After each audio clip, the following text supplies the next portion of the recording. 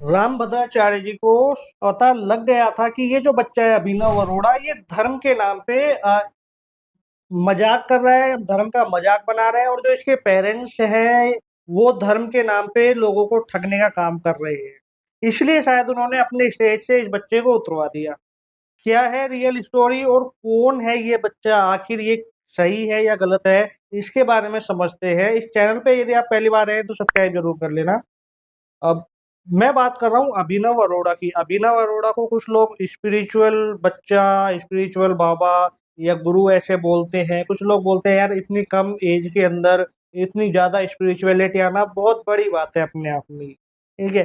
कुछ लोग ऐसे हैं जो इसको ढोंग पाखंड बोलते हैं या उनके जो पेरेंट्स हैं उनका बिजनेस माइंडसेट बोलते हैं कि यार ये अपने बच्चे के द्वारा ये धर्म के नाम पे लोगों को ठगने का काम कर रहे हैं।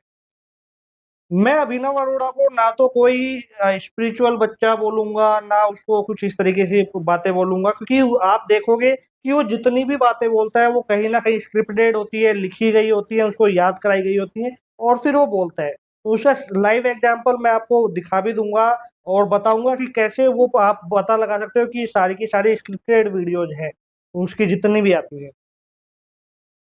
मैं अभिनव अरोड़ा को एक रील बॉय ही बोलूँ वो ज़्यादा सही रहेगा, क्योंकि आपने देखा होगा कि अभिनव अरोड़ा जो है धर्म के क्षेत्र में आने से पहले कुछ और टाइप की रील्स में आता था। रील्स वो तो नहीं बनाता था, उसे घरवाले या जो भी हैं वो बनाते थे। तो वो किसी और चीज़ को प्रमोट करता है, कभी वो चॉकलेट को प्रमोट कर रहा है, कभी किस चीज़ को प्रमोट कर रहा है। ठीक है, अभी उसकी एक रील और वायरल हो रही है जिसमें उसने नॉन-वेज का भी नाम लिया है खाने का, कि वो नॉन-वेज खाता था। तो अब इसके बारे में हम समझते हैं। देखो, मैंने अपनी एक वीडियो बनाई थी, अगर उसका आपको देखना हो तो लिंक डिस्क्रिप्शन में भी है और आपको चैनल पे मिल जाएगा जाके, कि कैसे एक बच्चे का जो दिमाग होता है उसमें साइकोलॉजिकल प्रॉब्लम आ जाती है, चाहे वो स्कूल के द्वारा हो, चाहे वो घर के दबाव के द्वारा हो या किसी डर के द्वारा हो, तो इसलिए उसका माइंड थोड़ा खराब हो जाता है। लेकिन इस केस में ऐसा नहीं है, इस केस में पूरा का पूरा स्क्रिप्टेड चीज़ें हैं। अब आपने यदि वो वीडियो देखी होगी रामभद्राचार्य जी वाली, तो उसमें अभिनव अरोड़ा आता है और आके बोलता है, राधा रामचंद्र जी की जय, है ना? तो इसका मतलब सीधा-सीधा है, उसको स्क्रिप्ट लिखा के दी गई होगी, याद कराई गई होगी कि राधा जी का नाम अलग लेना है और भगवान श्री राम का नाम अलग लेना है। लेकिन उस बच्चा 10 साल का 10-11 साल का छोटा बच्चा है, तो उसको इन दोनों नाम के अंदर अंतर क्या है वो नहीं समझ में आया होगा, इसलिए उसने जोड़ दिया। तो वहाँ हमारी क्लैरिटी हो जाती है कि यार ये सारा का सारा उसको स्क्रिप्ट के द्वारा लिख के दिया गया है। फिर जो वो ओवर एक्टिंग करता है भगवान जी की मूर्ति के साथ लग के रोने की और ये सारी की सारी, कुछ लोग इसको बोलते हैं कितनी स्वीट बच्चा है, कितना क्यूट लग रहा है और कुछ लोग उसकी बुराइयाँ भी करते हैं। तो उस चीज़ पे हम नहीं जाते हैं, वो हर किसी का अपना-अपना ओपिनियंस होता है। अब जिस वीडियो के ऊपर ये विवाद है, उस वीडियो में क्या होता है कि पहले अभिनव अरोड़ा आता है, रामभद्राचार्य जी के पास जाने की कोशिश करता है। रामभद्राचार्य जी को समझ में आ जाता है कि ये जो बच्चा है, ये ठीक नहीं है, आध्यात्मिक रूप से, ठीक है? तो रामभद्राचार्य जी क्या करते हैं, उसको उतरवा देते हैं कि इसको नीचे उतारो, ठीक है? वो वीडियो आपको यूट्यूब पे मिल जाएगा, जाके ज़रूर चेक करना। फिर दोबारा वो बच्चा आता है, ठीक है? दोबारा वो रामभद्राचार्य जी के पास जाता है। रामभद्राचार्य जी थोड़ा कटाक्ष में बोलते हैं कि इस बच्चे को नीचे उतारो। इस जगह की एक मर्यादा है, मेरी एक मर्यादा है, ठीक है? तो उसे बने रहने दो। वो बच्चा आपने जब ध्यान से उस वीडियो को देखा होगा, तो उसमें आपको दिखा होगा कि वो बच्चा अ, बार-बार वो दूसरी साइड में देख रहा है, नीचे की तरफ। हो सकता है उसके फादर वहाँ पे बैठे हों या कोई ऐसा बैठा हो जो उसको उसके सपोर्ट में हो, जो उसको गाइड कर रहा हो कि तू जा। है। वो इसलिए बैठा हो कि एक रील या एक वीडियो और बन जाए राम भद्राचार्य जी के साथ जो वायरल होने में हेल्प करे और फिर और अच्छा पैसा आएगा, पॉपुलैरिटी बढ़ेगी, ये सारी चीज़ें।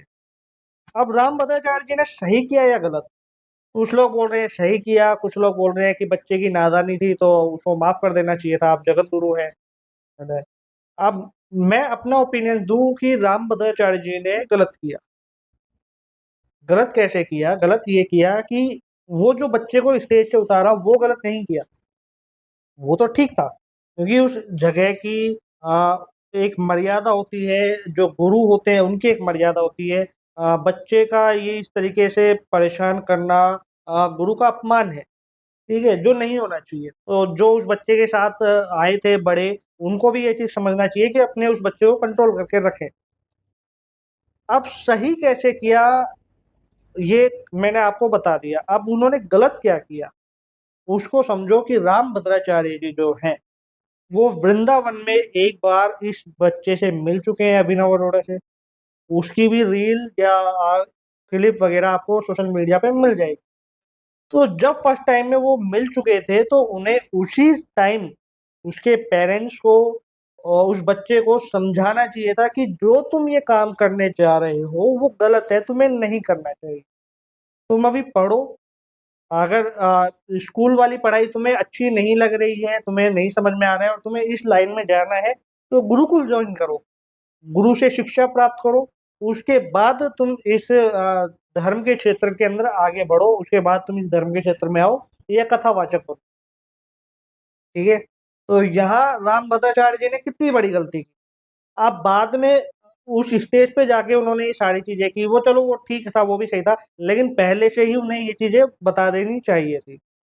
अब हम लोगों से भी बहुत ज़्यादा गलतियाँ होती हैं, हम किसी भी चीज़ को देख के उसको या अच्छा या बुरा बोलने की कोशिश करते हैं कि वो अभिनव अरोड़ा या तो अच्छा है या बुरा है, या तो स्कैमर है, या कोई स्पिरिचुअल बच्चा है, जबकि ऐसा नहीं होना चाहिए। एक दूसरा साइड भी हमें देखना चाहिए कि उसके पीछे किसका हाथ है, पहली बात, या उसके पेरेंट्स उसको गाइड कर रहे हैं, या वो मेंटली इतना डरा हुआ है स्कूल जाने से, या कोई और वजह है जिस कारण वो इन सारी चीज़ों को छोड़ के इस फील्ड में आ रहा है, इस क्षेत्र में आ रहा है, ताकि वो अपने आप को सेफ महसूस कर सके। और ये किसी भी बच्चे के साथ हो सकता है, ऐसा नहीं है कि अभिनव अरोड़ा के साथ ही हुआ है, किसी भी बच्चे के साथ हो सकता है। तो इसलिए यदि आपके आस-पास में भी अगर ऐसी कोई घटना घट रही हो या घटने वाली हो, क्योंकि आजकल देखा जा रहा है कि धर्म के क्षेत्र में बहुत ही कम एज के, कोई 8 साल का है, कोई 10 साल का है, कोई 12 साल का है, ऐसे बच्चे जा रहे हैं, जिन्हें अपने नाम की स्पेलिंग तक नहीं आती, वो वेदों का, उपनिषद का ज्ञान प्रदान करेंगे। ठीक है। हाँ, उस समय समझ में आता है कि उन्होंने गुरुकुल से शिक्षा प्राप्त की हो, या जो उनके पेरेंट्स हैं वो बहुत बड़े धर्म आचार्य रहे हों, जो उनको बचपन से सिखा रहे हों, वो चीज़ समझ में आती है। और कोई स्पिरिचुअल बच्चा होगा बाय बर्थ, यकीन मानो वो अपनी स्पिरिचुअलिटी का, अपनी आध्यात्मिकता का प्रचार कभी भी सोशल मीडिया पे नहीं करेगा, जो बाय बर्थ होगा। दुनिया कर देगी वो एक अलग बात है। वो खुद नहीं करेगा, उसका खुद का कोई चैनल नहीं होगा। आप जब इंस्टाग्राम पे जाके देखेंगे अभिनव अरोड़ा का चैनल, तो उसके बायो में भी लिख रखा है कि कम एज के अंदर स्पिरिचुअल बच्चा है ये, और इसको इस तरीके का अवार्ड दिया गया है नितिन गडकरी द्वारा। वो अपनी पहचान बता रहा है। तो इसका सीधा-सीधा मतलब ये है कि एक बिज़नेस करने का एक नया तरीका है, और ये आजकल सबसे ज़्यादा पॉपुलर है। तो इसलिए थोड़ा सावधान रहें, थोड़ा सतर्क रहें, ठीक है? अगर ऐसी कोई भी घटना आपके पास घट रही हो, आपके आस-पास में घट रही हो, तो आपको अवेयर करने की ज़रूरत है। उस बच्चे का बचपन नहीं खोना चाहिए, उसको थोड़ा एजुकेटेड होना चाहिए, ठीक है? अगर स्कूल की पढ़ाई नहीं करनी, कोई बात नहीं, गुरुकुल की पढ़ाई करे, गुरुकुल जाए, वहाँ जाके शिक्षा ग्रहण करे, घरवालों से दूर रहे। ऐसा नहीं है कि घरवाले उसके आस-पास मोबाइल लेके घूम रहे हैं और वो कुछ भी कर रहा है, ठीक है? और उसकी रील बन रही है, सोशल मीडिया पे वायरल हो रही है, और उसको 2-4 बातें रटा दी, वो बोले जा रहे हैं, वो चीज़ें गलत है, वो धर्म का अपमान, तो सनातन धर्म का बहुत बड़ा अपमान। तो ये एक वीडियो थी, मैं किसी को अच्छा या बुरा नहीं बोल रहा हूँ, लेकिन रामभद्राचार्य जी ने जो किया स्टेज पे वो सही किया, लेकिन उनको ये कदम बहुत पहले उठाना चाहिए था जब उनकी फर्स्ट मीटिंग हुई थी अभिनव अरोड़ा। अगर आप मेरी बात से सहमत हैं तो इस वीडियो को शेयर ज़रूर कर देना।